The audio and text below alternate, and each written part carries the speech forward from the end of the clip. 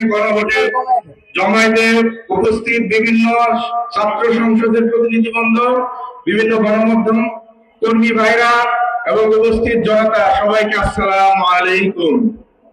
ভাইরা আমার, 2024-এর 5ই আগস্ট আমরা যে আকাঙ্ক্ষা নিয়ে হাজার হাজার শিক্ষার্থী ভাইয়ের রক্ত দিয়ে যে বাংলাদেশ আমরা ছিনিয়ে নিয়েছিলাম হাসিনা রেজিমের কাছ থেকে, সেই হাসিনা রেজিমের কাছ থেকে বাংলাদেশ ছিনিয়ে নেওয়ার আমাদের উদ্দেশ্য লক্ষ্য ছিল সঠিক গণতান্ত্রিক ন্যায্যতা ও সাম্যের বাংলাদেশ, যে বাংলাদেশে ফ্যাসিজমের মূলোৎপাটন হয়ে জনতার কথা বলবে সরকার।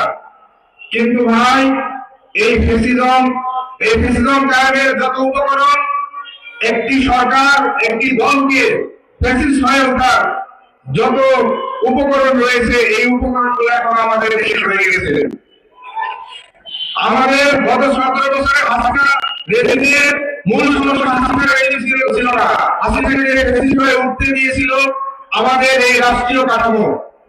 আমাদের এই রাষ্ট্রীয় কাঠামো ভেঙে ফেলার এখন সময় এসেছে। আমাদের এই রাষ্ট্র কাঠামো একটি সরকারকে ফ্যাসিস্ট হয়ে ওঠার সমস্ত উপকরণ যোগান দিয়েছিল। ভাইরা আমার, আজকে আমরা দেখতে পাচ্ছি বিভিন্ন দল মত আমাদের এই গণজমায়েতের পক্ষে আমাদের সাথে সম্মতি জানাচ্ছে। আমরা আজকে আপনাদের কাছে এসেছি শুধুমাত্র একটি আবদার নিয়ে। আমরা আমাদের পরবর্তী প্রজন্মের জন্য এই বাংলাদেশকে রেখে যেতে চাই একটি সুন্দর ফ্যাসিস্ট মুক্ত বাংলাদেশ হিসেবে।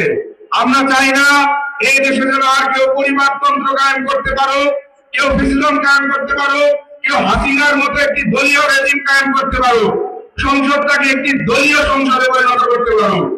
হায়ের পক্ষে গণভোট দিয়ে আমরা এই সংবিধানকে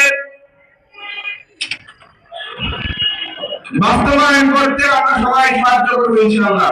সবাইকে ধন্যবাদ। আসসালামু আলাইকুম।